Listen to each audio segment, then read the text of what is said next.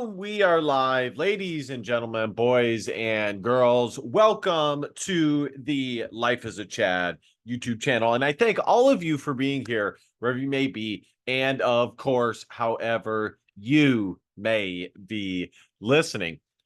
I already made a video about this. I don't know if I posted it or not. I believe I did. Actually, you know what? I don't think I did, but I did a car ride rant about Tim Pool and Andrew Wilson. They were on together. It's good to see Andrew really spreading his wings and being on more and more popular channels. His wife was on this show. It's actually, I don't think it is, well, it's not Tim Pool's channel, but it's done on a media company. I think it's Nanette or something like that. We'll see it here in a moment. Dave Rubin is a part of it. Lauren Chen, aka Roaming Millennial, and a few others are on this channel. And conservative media, it's an example of conservative media. And I think it's kind of the case across all media, where you're starting to see more small units of media groups, but you have to pay for it rather than solely going on YouTube or big platforms. When all of these media companies were really getting shaken up by Netflix and things like that, I don't want to delve into this too much, but one of the big forecasts was that pretty much one or two media conglomerates was going to own all of the smaller media companies and shows and things like that. And I don't think that that's really been the case. It's been broken up into small pieces. And this is another case of that. You have The Blaze, you have Daily Caller, Daily Wire, you have Censor.tv. I mean, you have a few of these examples. Nonetheless, it was meant to be a debate between Richard Spencer and Andrew Wilson, and it spiraled into a Civil War debate. Whether the Civil War is going to happen in America, whether we're on the precipice of it, between Andrew and Tim Pool. And I got to tell you, I'm not surprised. Tim Pool definitely has a habit of not being able, even though he is known and totally classic for being a fence sitter, on this topic, he was unable to do so. The cope was just magnificent. This is something he's been predicting for a few years now, and I've talked about it on my channel a few times, how I don't think that a civil war, as of right now, is likely based on the current evidence that we have. I've said in the past that I think what's far more likely is that America totally just dissolves and collapses, and then in the ruins of it, something else is built out of it. Now, what that is, you know, I could delve into that a separate time. But so nonetheless, it spurned into a nice little debate. And so we're going to check out the debate here. By the way, guys, smash that subscribe button. We're so close to 1,000 subs. Support a fellow king out. And without further ado, let's get into this. So, yeah, Tim Pool definitely known as a fence sitter, but on this one, he just could not do it. He could not help himself. And here we are. I couldn't believe it. And the thing is, it just kept getting better and better. The debate just kept getting better and better. Just when you thought that it would, kind of fizzle out and be done. Tenet. That's what it is. Tenet Media. This got 89,000 views. Let's watch it. Now, we're not going to be able to watch all of it. It's too long. Like I said, the debate, instead of being like a 10-minute thing, devolved into a 40-50 minute thing. So here we go. Before, this is like, I don't know what, 2020, I said, I think we're on this track, and if things don't change, we could be headed towards a civil war. And so Ryan Long, we'll shout him out because he's a friend, I'm a big fan, but this is really funny. because And then the comedian, Ryan? yes. Yeah, okay. So we talk. It's so funny listening to Tim Pool on 1.25 speed because he already talks super fucking fast. Now it's just like chipmunk. Fuck. I don't even know if I can do 1.25 for him, but if I do it for him, if I do it for Andrew, I gotta do it for him. If I do it for him, I gotta do it for Andrew. About these stories. We talk about the conflict. We talk about the Summer of Love riots. We talk about like people on the far left seized sections of their cities for months and murdered people. They took over a police department with rifles, started doing ID checkpoints. And I'm like, as Andrew's going to point out, that's not really an accomplishment because these cities are already liberal to begin with, bordering on communist. Okay. So it's not really surprising that these cities were able to do this. You know, you talk about cities like San Francisco, Chicago, New York City. These are liberal mainstays. Okay. Wasn't always that way, but they are liberal mainstays. Well, I guess for the cities, maybe not the state, but that they're in, but the cities, they've always been, or for a long time, the last 20, 30 years at least, been liberal. So it's not really saying much that they were able to get away with this. like They burned a PlayStation down on live TV. Absolutely. More than one. And I said, this is civil strife. And unless something happens to contain the violence, civil strife becomes civil war. And the funny thing that happened was a year later or so, Ryan came on the show. And I feel like it was kind of an ambush. You know, no disrespect, because I like Ryan. But we're talking pre-show, everything's fun. As soon as the show starts, he abruptly goes, "Where's the Civil War, Tim? You told me there's going to be a civil war." And I left kind of feeling worried, but everything seems to be fine. And I said, on January 6th, 1,000 Trump supporters. What a dickhead. Hey, Tim, where's the Civil War? Hey, Tim, where's the Civil War at, bud? Hey, bud, you know that Civil War you were talking about? Where's that at? Where's that at, dude? Stormed into the Capitol to disrupt the Electoral College vote count.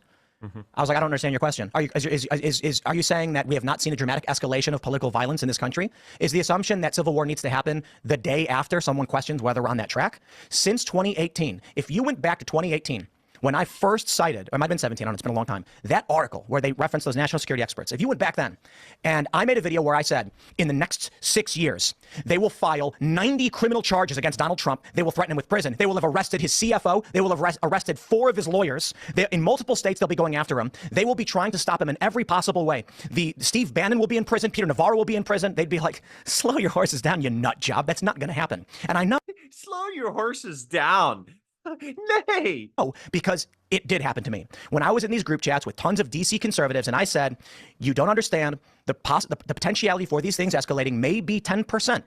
But if you're not calculating as to what it would mean if that happens, you're ignoring the problem. And the response I got from all of these Trump supporters and all of these lawyers was the federal government would never allow this level of destabilization. They're not going to criminally charge people. It's never happened. It'll never be done. No one's going to prison. No one's taking over city streets. That's not within 2 years. Antifa on the far left with rifles took over numerous cities. You had Atlanta, you had Minneapolis, you had Seattle, you had There are cities, though. In 2020. So within 2 years of me saying escalation of political violence is a real possibility, it got to that point. And why did I think that? I mean, we had numerous instances of political violence. Yeah, I mean, they had CHOP. They took over whole sections. Unprecedented. Yeah, it's unprecedented. But it's and where are we their today? shit. They're ruining. Meaningless. They burned down their police station. They have riots in their cities. Yes. The spill over to conservative America. That's where I would think I would start to see what you're considering. And I view this. Yeah, I totally agree. The only point in time that this would really be a legitimately concerning or possible threat in a nation like America that is so vast and large with so much terrain and population difference culturally. I mean, you know, it's similar, but in a lot of ways still different. You look at the Midwest, the South, the East, and the West. There are differences across those areas. If it were to spill into some of these areas that are not liberal per se, mainly states like the Midwest, the South, then you would really be able to start thinking about what Tim Pool is talking about. But as long as those states are still functioning in their quote unquote conservative manner, and the people that inhabit that area don't feel threatened, it's not really an issue, especially in a place like America, again, that has a separation of powers. Now, if you no longer have that separation of powers and it really becomes a monolith, then it's an issue. One world or one government situation across the country, then that's different. I view this as the plugging the ears and going, la, la, la, la, never happened, won't happen, can't happen, despite the fact la, la, la, la. Tim's got it has all literally these all happened over the past 7 years. All of it. Well, I don't think it has. I don't think there is I don't think unless you have a population that's actually hungry and is unentertained that you're going to see real actionable civil war. What I think instead is happening is you're pointing to leftists who use Black Lives Matter as a kind of a propaganda tool, told their own police to stand down and let them burn their own cities. It's a great point, though, because it's exactly like you're making a great point. Like in 1861, when the people of Atlanta, in the heart of the Confederacy, came out and said, we're gonna fight ourselves and our own neighbors because we're mad at each other. No, in the American Civil War and in the Spanish Civil War and in Russia, it's rural, it's conservative, it's rural, and it's urban. People in Atlanta did not walk out of their houses and go, ooh, I'm just angry at my neighbors. No, they walked outside and said, we all agree with each other. What they're doing over there is crazy. Right. People in the North came out and said, what they're doing down there is crazy. For you to say, but those are their cities, that's not going to spill over. Well, of course it is. But it's a staunch bifurcation of this country, and you are living under the orders of them. When they it's a staunch bifurcation, okay? Allow Antifa to take over, when they allow Antifa, when they get George Soros DAs, when they get in state government, and when they use the legal authority of New York State to imprison your popular frontrunner president, it doesn't matter if it's in their cities. They have taken over. They are willing to use violence. They've killed people, and they will exercise state-level authority at a national level to steal power from you in your conservative town. I do not see a reality. Well, I don't. Here's what I think ultimately, right? Because we obviously vehemently disagree on this. I think what'll happen is come November, Biden's probably going to win. They're probably not going to ever let Trump in office, and I think you're not going to see anybody do shit about nothing. Because I watched this Black Lives Matter. Now, I don't know if I completely agree with Andrew on that. I do think that the deep state and specifically the Democrat Party, but it's basically one and the same, especially if one side holds more power than the other. They are doing everything they can to suppress Trump. Now, I've said in the past that I definitely don't agree with everything that Trump has done, his actions, okay? I think he's pretty awesome as a guy. More would I look at him as and advocate for is the wrench that he is in the system, the bull in the china shop, for lack of a better phrase. The bull in the china shop, that's what I see Trump to be. Now, overall, do I think, with that being what it is, if they are unable to completely suppress Trump from being on the ballot, which it looks like that's not going to happen as we're only a few months away from the election, if he wins, well, let me backtrack. That doesn't seem that it's going to happen. The only other thing that they could do is maybe rig the election, RIG, wink, wink, in how it happened in 2020, excuse me. Now, if that doesn't happen and Trump wins, do I think that they will just say, nope, we can't have this guy who was found guilty of this, this, and this. We just can't let him in office. Nope, not happening. Do I think that that's plausible? No, because I think at a certain level, they know that they can, and I hate to admit this, they know that they can control Trump. He has proven to be controllable. Not as controllable as most politicians, but controllable nonetheless.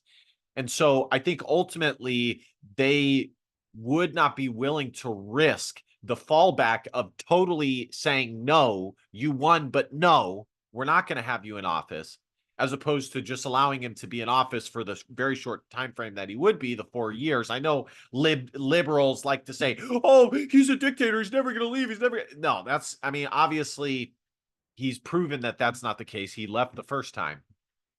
I think that they would be they'd be willing to stomach and swallow that loss and turn their sights to controlling him and turning to the future after Trump.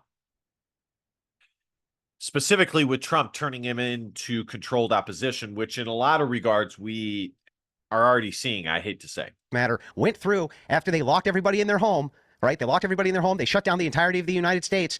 People were enraged about it. They were told to wear face masks while these guys were walking around burning down cities. I gotta pause you right Nobody did shit, Tim. They didn't do Great point. Nobody did a damn thing. All these people who say, don't take my guns, which I agree with. I think, you know, that amendment should say the second, it's the Second or First Amendment. Let's see what, just for the shits and gigs, what is it? The right to bear arms. Right to bear.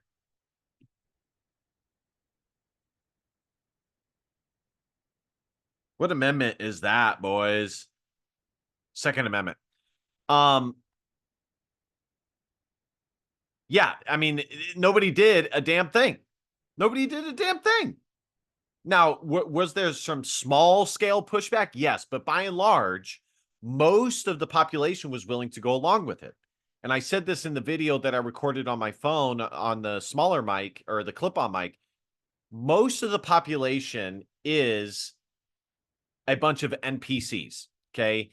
And this is why conservatives have lost so often, is because they believe that, especially in the current system that we have, that you need this mass support to get anything done. No. Within America, the Conservative Party has had mass support and as far as on paper, mass power multiple times, and they haven't gotten shit done. No. All you don't need that mass support, okay? Especially if it's a mass support of idiots not really motivated and willing to get it done. They don't have enough of will to get shit done. All you need is a small group of like-minded, intelligent, willful, and motivated individuals to get shit done. But just to speak on Andrew's point, nobody did a damn thing. Was there a small scale? Sure. But by and large, then PCs prevailed. And as far as what I was saying about a small group of motivated, intelligent, willful individuals, NPCs will do NPC things. Most of the population in general will go along with whatever the status quo is, with whatever will make them feel safe. Whatever they feel is the safest course of action is what they will go with. I got to pause you right there. Once again, I think you are misunderstanding. Who, me, Tim? Atlanta did not come out in 1861 and burn their own city down or fight amongst themselves. Okay. They said, at a political level, we detach from you. Now, I don't believe that civil wars follow the suit of the United States, because this was sovereign states in a union, which is very different from, say, Spain. When you had cities and rural areas fighting each other, rural people tend to win because they know how to survive. What I'm saying is, people in red states will reject the authority of California when California, through illegal immigration, bolsters their congressional seats and electoral college vote count. And then they say, you in West Virginia can't have guns. And the people in West Virginia say, like how we can't. And the reason why I think this, it's already happened. Western Maryland declared itself 3 counties, 2A sanctuaries against their own state and the federal government. Yeah. Numerous states have declared themselves illegal immigration sanctuaries. Illegal immigrants are bolstering congressional seats through the census and the electoral college vote count. When you're talking about the cities, though, that have had sanctuary cities for illegal immigrants, that's been liberal states for a long time. The question is, will West Virginia and Wyoming bend the knee to California, who is clearly breaking the law and violating the Constitution, to enforce California's laws on West Virginia? I believe the answer is, at some point, no. And if we don't get a clear answer as to who the president is... Yeah, but when is that actually going to happen, Tim? I mean, if that was going to happen, we're a long ways away from it, bro. It accelerates that to That's true. Degree. I mean, if it became draconian enough where the electoral power of California was such that it could impose its will on these neighboring states, and to such a degree that they could say you can't own guns. No, California can't tell other states they can't own guns. Yes, they can. How? California has, what's their total electoral count? 36, 37? Yeah, that's not telling them that they can't own guns. That just means that they have more of a population to vote for a president. Which political party votes? Congressional district. Yeah, but still, again, made. I mean, yeah, I get it. I get that at the federal level, they would have to follow some type of federal mandate like all the states. But California unilaterally can't tell them what they can or can't do right this second. So the issue is California, Washington, Illinois, New York. Mm-hmm. The reason why they uphold illegal immigration is because it bolsters their congressional seats and their electoral college vote count. Yeah. That means they have a captured census base that can't vote them out and gives them extra seats so they can influence how West Virginians live. At a certain point, people in West Virginia say, no. What's my proof? Texas already did. When the Supreme Court and the federal government told Texas to stand down and let the federal government back onto the Rio Grande, Texas said no. Yeah. So we are watching it happen. But they were doing that with weed. They did that with weed for how long? Big difference between not enforcing laws of the federal government at the state level, like the DEA, or cooperating. And that's what California and New York does with ICE. They say, we just don't cooperate. It's a bit different when you set up razor wire barriers and with armed troops say, get the off of our river. Yeah, the thing is that was neat to see Texas finally do something, do something about their own border and ignore kind of some federal mandates that were going on. But ultimately, again, I got to disagree with you. Here's what, I'll put this on record now because it's not that far away. And we can look back on this broadcast later. Come November, chances are good. Trump gets in. Not Trump, Biden gets in. And Trump supporters don't really do anything. He concedes. And that's probably how it's going to go. Again, I think you live in a movie. I think you think doing something is a guy standing up and saying, I hereby declare, instead of 7 guys going out and being like, hey, can we make sure that any of those trucks coming in don't have the illegal? When I recorded this video in my car, I kept trying to remember what Tim had said, and that's what it was. I hereby declare. I think it's hilarious how he had this like Southern accent. What the fuck does that have to do with anything? Why do you throw that into it? Kind of some federal mandates that were going on. But ultimately, again, I got to disagree with you. Here's what, I'll put this on record now because it's not that far away. And we can look back on this broadcast later. Come November, chances are good. Trump gets in. Not Trump, Biden gets in. And Trump supporters don't really do anything. He concedes. And that's probably how it's going to go. Again, I think you live in a movie. I think you think doing something is a guy standing up and saying, I hereby declare, instead of 7 guys going out and being like, hey, can we make sure that any of those trucks coming in don't have the illegals because we've had a couple trucks come through here that did, and they've been transport them. Now, I tried calling ICE, but they won't answer. So Jim and I are going to go out and don't consider that a civil war. That would be low-scale vigilantism. So, right. And what precipitates civil war? It would have to be some large segment of the population, that 5% or higher, who are doing some type of sedition or considerable treason, what would be considered considerable treason to the United States government. That would be that is what I would consider to be some type of actionable civil warfare. Just 5%? Yeah, 10%. What is it? 60%? 60%? No, it's like 70% of the Republicans think that the Democrats have already committed sedition. Yeah, I'm sure that they do. Right, but so they're not acting in a way as though they have. I think that's the problem, right? If you think that somebody has truly acted in a way as to be a traitor, right? What do you do to traitors? Sedition and treason are 2 different things. Yeah, I know. But if you were to say that you think a person's acting in such a way that they're a traitor, what do you do to traitors? Last I checked, they get hung, right? But treason and sedition are not the same thing. Yeah, I know. But the point of my hypothetical is to say they're not acting in such a way as though these people, while they say you're seditious or they say you're treasonous, whichever one, they're not acting as though they are. They might say it, but they're not acting like it. What does that mean they're not acting like? Well, if somebody is guilty of sedition, that's firing squad. If they're guilty of treason, they get hung. Sedition is not. They don't get worked with. Sedition is like maximum 10 years in prison, I believe. Okay, fine. Well, they're not getting 10 years in prison either. But well, that's the question of whether Donald Trump gets elected. The issue is conservatives overwhelmingly they're not revolutionaries. The question is, do we expect with well, Republicans aren't, but increasingly on the right wing, people are becoming that. And I've done videos, multiple videos on how we need to change our mindset and how revolution is possible and how we can change the status quo. Now, there are people like Curtis Yarvin. I believe I listened to a clip that he had where he said that essentially conservatives cannot take power back or take power in the same way that liberals can. It's not an asymmetrical thing.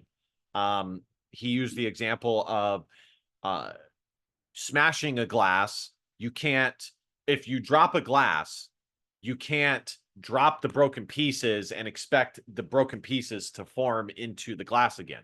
So, and I don't know how I feel about that, but the only way to get something done is to advocate for your voice and let the chips fall where they may. And increasingly conservative, or well, I don't want to say conservatives, people on the right wing are thinking in terms more creative, thinking in terms of drastic change to get things back or to the world that we would like to see. With everything that's already. But by and large, I would agree. I just wanted to make a side comment there. By and large, I would agree with Tim on that conservatives are, especially the last, I would say, especially boomer conservatives, 80s to, 2010s are milk toast, vanilla, status quo, goofballs. Anyways, let's keep listening to this. Already happened. We're at the point now where, since the beginning of this conversation with Donald Trump, they've accused the president of being a traitor. They've accused Donald Trump of being a traitor. That's true. They have acted as though he is a traitor. They cemented his feet so that he couldn't run his administration. They effectively levied legal war against him during his entire administration. But you need a percentage of the American public who's acting in accordance with that against the system in a physical way. Wrong. No. I don't think that's wrong. Read a book. I mean, just saying. Every single instance. Just saying, oh, 5 guys are running around with guns in some small scale incursion. That's civil. That's not fucking civil war. And say it was civil war. Well, that's what we're talking about, is civil unrest and civil war. And what precipitates that is social breakdown when people lose confidence in their government. I agree. That's what precipitates it. That's true. You have social breakdown. You have social cohesion breaking down. So you're sitting here going, but that doesn't mean that that's what it is. And you can also, you know what else you can get? Instead of civil war, you can get... instead of revolution, instead of civil war, you can have a renaissance too. Sometimes social breakdowns lead to renaissance. You forget about that as well. Well, usually. And that's the thing. More what I was referring to previously is not necessarily, I just calling it a revolution. People understand those terms, but really more what I'm talking about is a means towards renaissance, a means towards change in a enlightened manner, where we see this revitalization of American greatness, of human greatness, and things like that. That's more what I'm referring to, rather than what I would see as more status quo liberal leftist revolution, completely overhauling, tearing down what was done before, to put this completely different society in their own terms, because they don't necessarily care about American exceptionalism or human exceptionalism. That is not what liberalism means. So the aims are a little bit different. You get a revolution or you get a civil war. Civil wars will end with one power structure typically takes over. The outright destruction is rare. Someone always asserts authority. But you get a revolution when no one fights, or you get a civil war when someone decides to fight back. What we could experience is a communist revolution in the United States. If the right does nothing, based on everything we've already seen, the rhyming of history is already happening. Civil strife is now. The fascinating, I'll do this because we've gone way over, but I'll just give one final point. I'll give you the last word. Okay. It is accepted in every major political circle. I don't mean universally by everyone. I mean, progressives believe it, conservative academics believe it, foreign academics believe it. The United States fits the entire criteria of civil strife, the precursor to civil war. Canada released a report where they said, while improbable, we should prepare for the event because it would be highly catastrophic. In the UK, the Financial Times published an article saying, should we begin as investors considering what a civil war in the United States will do to our portfolios?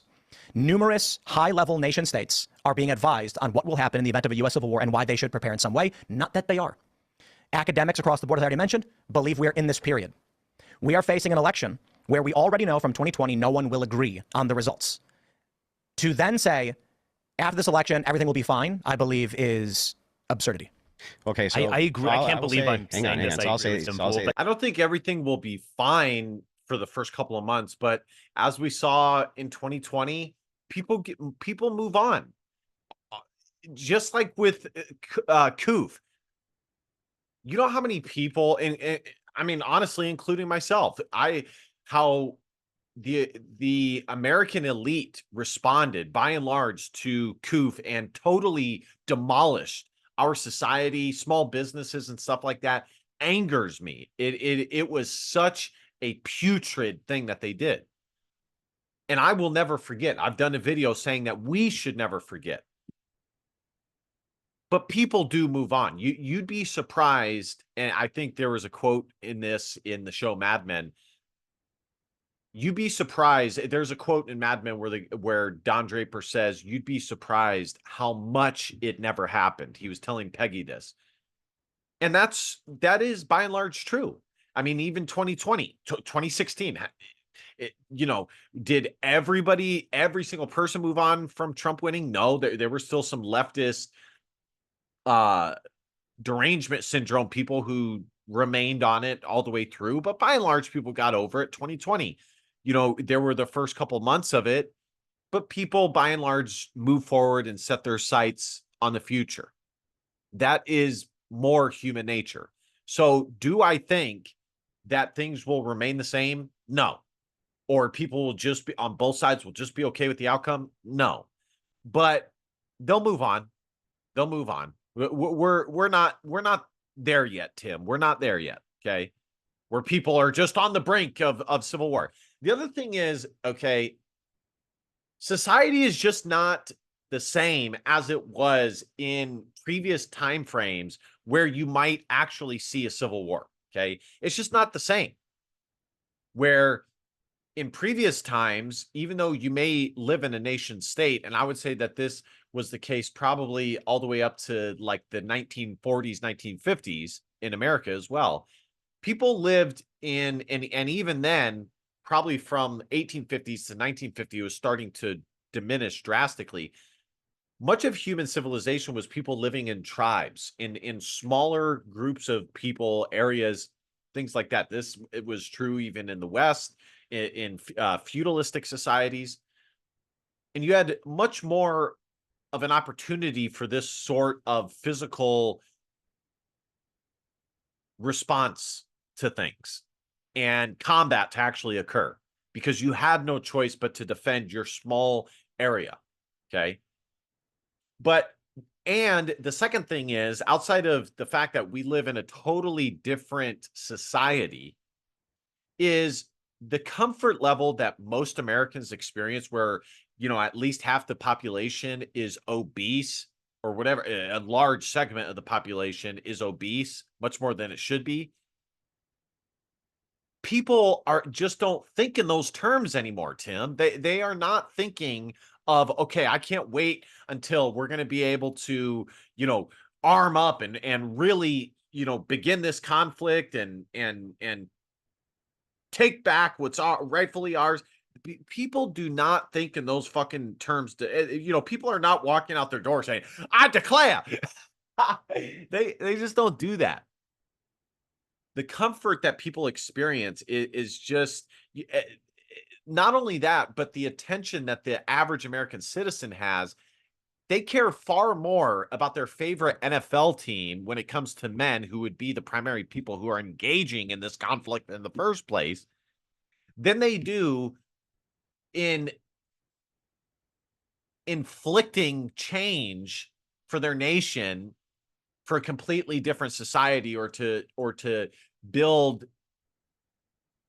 reconstruct society in the way that they think it should be, or how it was in the past. It's just the dynamics are totally different. They're not the same. I'll say this. That's the main reason why I agree with Andrew that it is far more likely in a nation where America, where people are fat, obese, lazy, filled with comfort, as long as those things remain, it is far more likely that that nation just dissolves and crumbles and collapses than full-scale conflict to occur. You look at the movie Idiocracy. If you watch the movie Idiocracy, we're much closer to that than we are to the society in the past where full-scale conflict could break out in a moment's notice.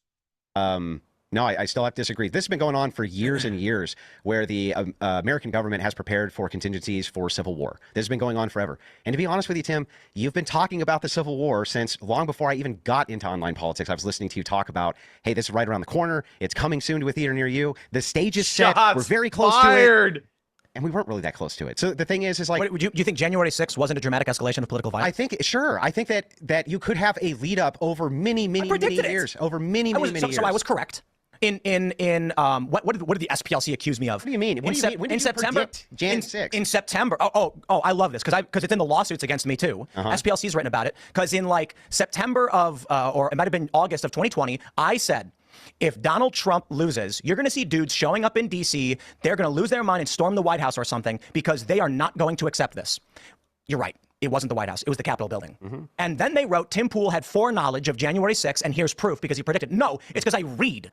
And I said, wow, based on everything these people are saying and preparing for, they're going to go to D.C. and do something like this. And then they did. Yeah, but I think if you say that the sky is falling enough times, just like Alex Jones, eventually a couple of those things are correct. In 2018, when I said escalation of political violence is going to reach a massive tipping point, and then in 2020, they firebombed St. John's Church and the White House grounds, and they took over numerous cities, I predicted that. So to say, you've been saying for a long time it's around the corner, and every time you say something's going to happen, it does, but you're still wrong. Dude, I don't care if I'm wrong. Well, it's not every time you say it that it doesn't happen. What I'm saying is that you've made the prediction so many times. I've heard it so many times on your show. Are we this close? We're this close to civil war. It's right around the corner, ladies and gentlemen. And the real question is, what will happen when the civil war gets here? I haven't seen the Civil War, Tim. I'm going to be honest with you, and it doesn't look to me like the political will is there to do it. Now, January 6th, people went quietly into the night, and nobody's really saying much about that either. So the first thing I'll say academically is, I don't know if you've ever actually read history books.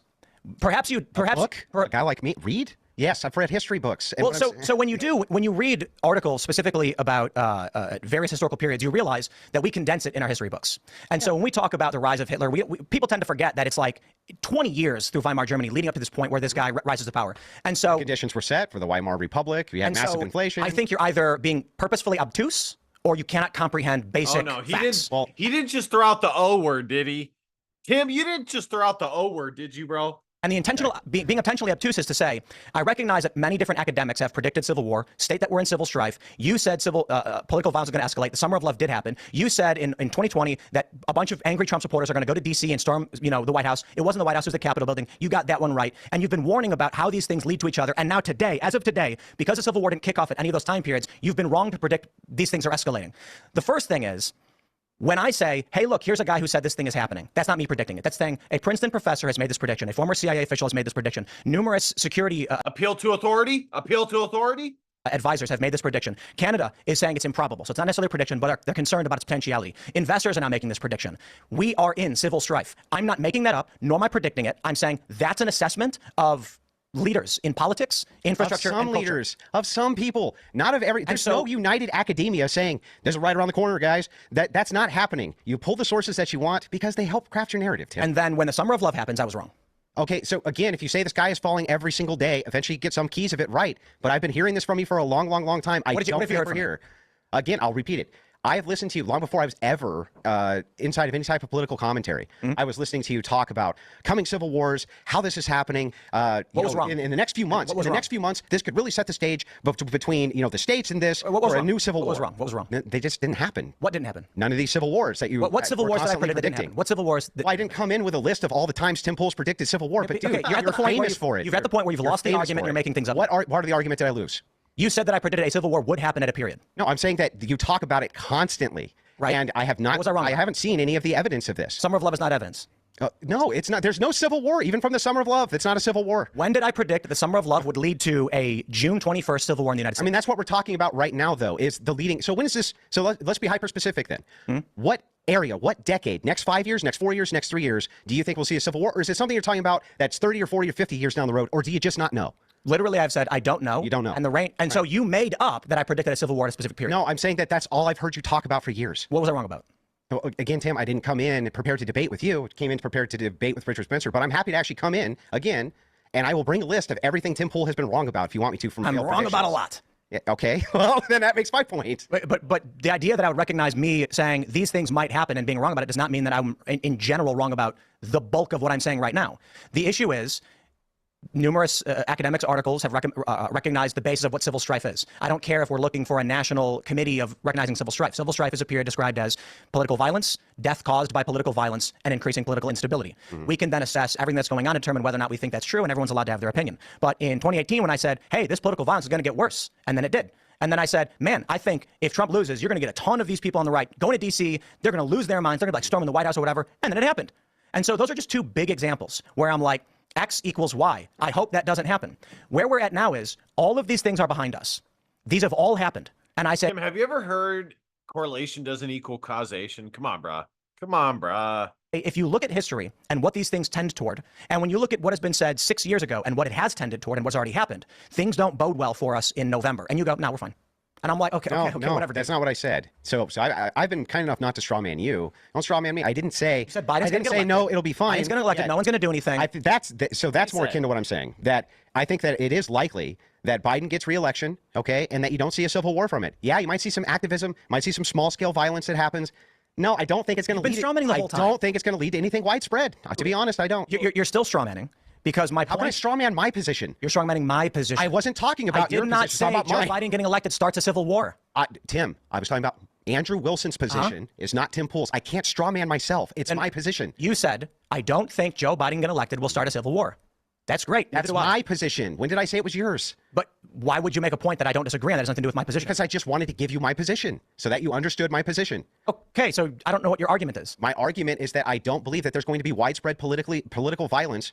Even though I think Trump is going to lose, I don't think there's going to be widespread political violence. That's my point. That's fair. That's fair enough. I feel like I want to intervene here a little bit. I haven't contributed much over the past hour. All right, guys.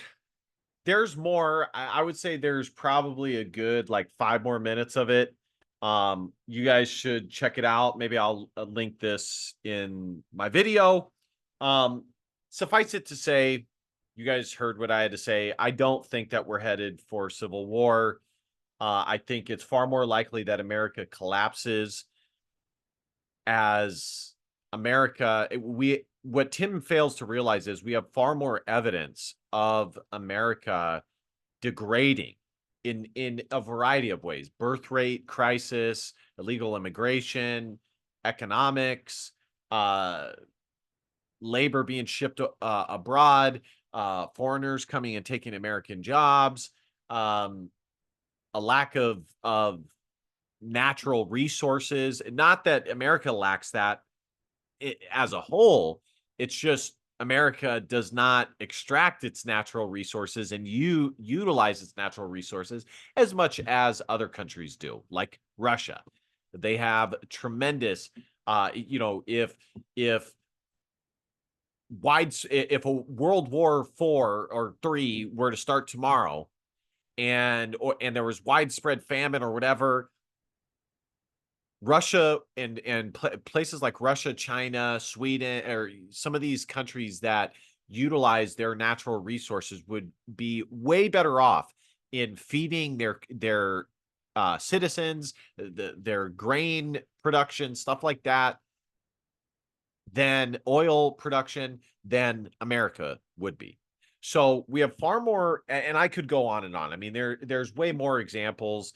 People have no idea that Santa Barbara is so rich in oil that you can go on the sands and literally have oil wash up on your feet. That is how rich it is. The United States has phenomenal resources. It just, because of all the red tape, because of the politics of trying to ship and export our resources, our labor and materials, all of it, because it benefits the pocketbooks of the fat cats, the elites in America. I could go on and on and on. America is far more likely to just degrade and collapse than it is to enter into a civil war. Now, what I really think is going to happen is that America is going to continue its fall, which I'm okay with. Somebody like myself, who's a paleo conservative, that we need to be okay with that, because when there's chaos, when there's a lack of, that provides an opening for us to provide a different answer, an alternative. When things are bad, that's when people really start looking around and saying, we went along with this and it's not working. We're open to new ideas. Now, we still need to do our best in the meantime, but I'm okay with it as a whole. And I think what's far more likely as a whole, if I were to predict what is going to happen, is that we're going to get to that point. It's going to go down further and further, and it's going to provide an opening for an alternative answer. And then out of that, which I think it will be Christian nationalism, a Christian resurgence in America, a new political class, a new system emerges, a new way of doing things, new priorities emerges. Anyways, guys, like, comment, share, subscribe. Thank you guys so much for watching. Let me know what you guys think. Do you guys think Tim Pool was right? Or do you think Andrew was right? Do you think I'm right and Andrew's right? What do you guys think in the comment section? Let me know what you guys think. We're so close to 1,000 subs. Be sure to assist a fellow king out in getting us there. Thank you guys so much for watching. And last but not least, DBAP, don't be a pussy willow and facts our feelings, because your feelings just don't matter. Love you, kings. See you guys next time. Christ is king. Peace.